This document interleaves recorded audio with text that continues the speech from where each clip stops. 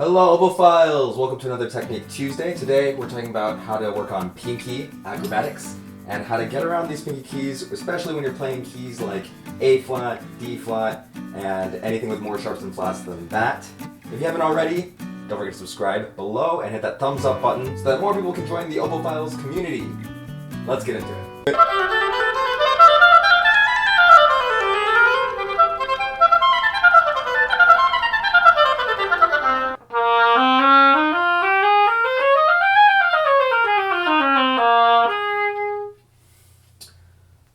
Okay, so I noticed that a lot of times people have interesting compensations for the difficulty of getting from the C sharp key to E flat, from C to D flat, things like that. So I wanted to talk about it a little bit. I'm going to be referencing a lot of the things that I learned from reading Stephen Kaplan's book, Oboe Motions.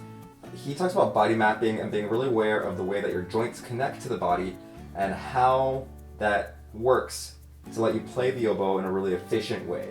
So number one, if anything ever hurts, stop that immediately. You don't want to have pain when playing the oboe.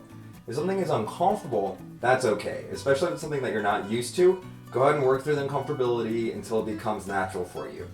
But if it starts to hurt, immediately stop. We don't want to be creating situations for our hands or elbows or bodies to where you're pressing up against a nerve or overstraining a small muscle that shouldn't be overworked. Okay, with that being said, let's just go through some of these tricky situations and how to navigate from the pinky. The first one I'm going to talk about is how to get from C to D flat. So if I'm playing my D flat scale and I want to add the 7th scale degree on the bottom, I'll start on the 5th and go down to the 7th. So if I'm going from A flat down to D flat and then adding the 7th scale degree or T back to Do, I need to be able to get from C to D flat without so much action, I guess. So a lot of people I'll see like kind of change their hand position and then use the knuckle to press the C key and kind of seesaw back and forth onto the C sharp key. That's really painful for me, and it will be over time for you if you keep doing it. So I would recommend stopping that. The reason why is you're using muscles that aren't strong enough to do that motion over and over again forever. You're also overworking that joint and putting a lot of pressure on it. So instead, remember that your joints are strongest when they're naturally curved. So find a way to find the natural curve of those fingers. And also remember that the ring finger and pinky share a tendon, so they're going to want to work together. So if you can curve them together, you're better off. Now the keys on Lorrays and Haworths are designed so you can just kind of glide across them. They're very round. I think the Marigos have rollers, and some of the oboes might have some of both. So the point is that the oboes are made in a way that it should be easy to play, right? It's not going to be, athletically challenging. So if you find a way to press the C key, but instead of pressing on the fat part of the key, pressing the skinny part of the key right there, you'll notice that you'll inadvertently, or you can use this on purpose, press the C sharp key or the D flat key. And if you can do that in motion by sliding, you don't have to use that seesaw motion anymore. You actually just have to bring in the palm a little closer to the oboe. So you kind of have this motion, which uses a little bit of elbow motion. Make sure you're using all of the muscles available to you. So that would be like kind of using the larger muscles instead of just the ones in your hand.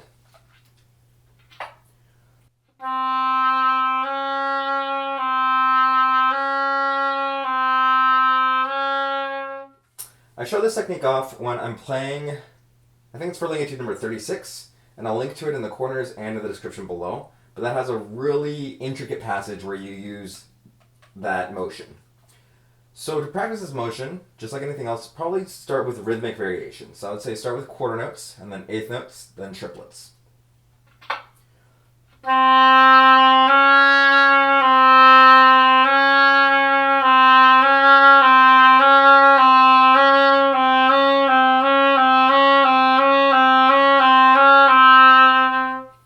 Now, if it's really hard for you to slide across, you're probably squeezing too hard with the right hand. So notice that none of these keys take very much pressure to press down. So if you're using a vice grip to play, that's not going to allow you to slide across the keys. So make sure you're using just enough pressure on your fingers that you are able to slide across the keys. And if that is still a challenge, you can kind of cheat by just using a little bit of grease to help you get a little bit less friction across. But they're just smooth metal, so they shouldn't have any friction to begin with. Okay, the next thing is playing things that require you to use the E flat key and then switch to the A flat key. You have a couple options. Notice that you have a left and right side E flat key, so that's useful when you're playing the D flat scale, for example. You're going to use the left hand E flat for that.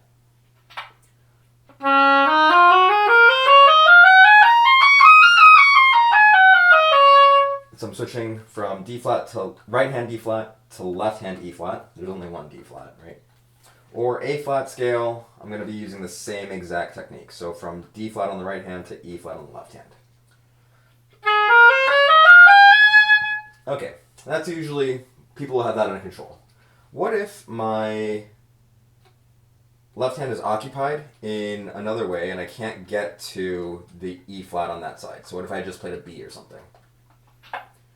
And I need to get to an A flat. I have the other option to use the right hand A flat key, which you play with the side of your finger, and that's this one that sticks out here on the right hand.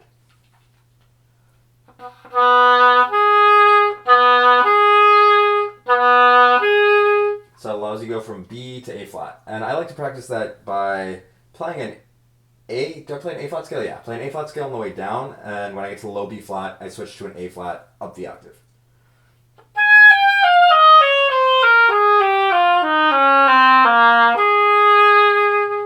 That way you can get to the tonic of your A flat scale. And remember, it's this one side here. Now, none of these motions should be great enough to where you're flying off the keys. You want to be touching metal the whole time. But be careful that if you touch this key accidentally, your low notes won't work because it'll open up that A flat valve. So just be aware of that. Lastly, there's a trick where you can press the A flat key and the E flat key at the same time.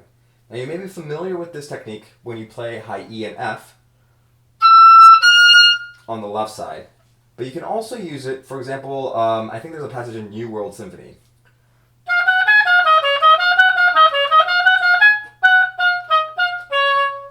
where it's really easy if you just put down the A flat key and the E flat key. Otherwise, you're switching between left hand and right hand pinkies all over the place.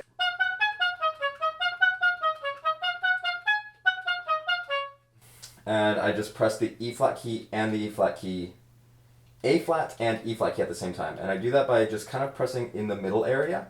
And if my fingers are curved and my palm is close enough to the oboe, it's not an issue at all, and you don't need to squeeze it any harder than normal, which is not very hard at all. Okay, so good luck with playing things using the pinky keys in all kinds of crazy keys. I think that one is in actually E major. So you're playing D sharp and G sharp. So thank you to Dvorak for that delicious little excerpt. But when that comes up, you will have a great advantage in your technique.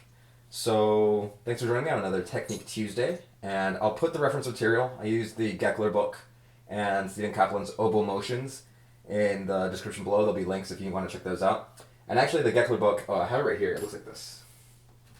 And it has a whole section on how to navigate those keys and kind of what your hand should look like and when to be pressing them both and how to navigate music like that.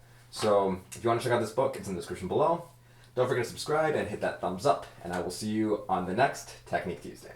Oh yeah, when in doubt, play beautifully.